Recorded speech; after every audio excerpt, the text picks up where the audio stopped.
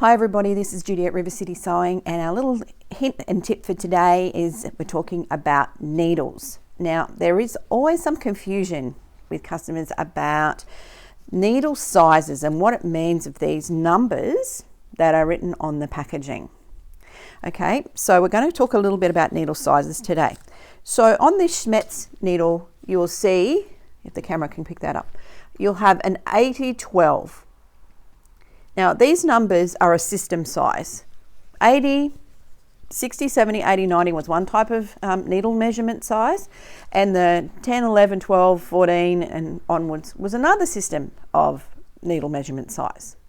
So it got a bit confusing if you were changing brands of needles, or you were used to a different size. You never quite knew what the size of the needle was. So Schmetz have been great because they've put both needle sizes on the one packet. So no matter what system that you've been using in the past, if your packets have only said 12 or 14 or things like that, then you can see on here that you can identify your needles for the right system. The 80-12 is the most common size. Then as we go up in the range, like this is a 90-14. So that one is a little bit bigger, and the eye gets a little bit bigger. So universal needles come in a range from 60 all the way up to 120. Now the 120 is almost, really super heavy duty. And I'm going to show you one here so you can see the difference in the size of the needles from one to the other. Hopefully you can see that this is the 80 and this is 120. So you can see how different those needle sizes are and how thick they get as they go up.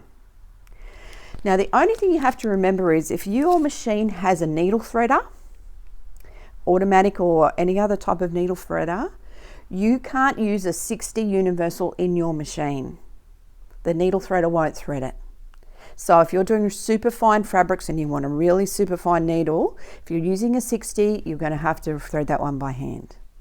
It's just as your needles go, a smaller needle has a smaller eye, so your needle thread is not going to be able to go through. So from 70 and above, you're okay.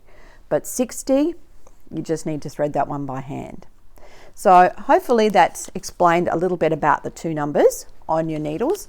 And just make sure that good rule of thumb with your needles is new project, new needle. It will save you lots and lots of problems down the track.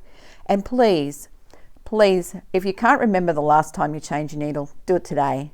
Be nice to your machine and give it a nice new sharp needle, and it'll serve you very well. So it's from Judi here at River City, signing off. Happy sewing.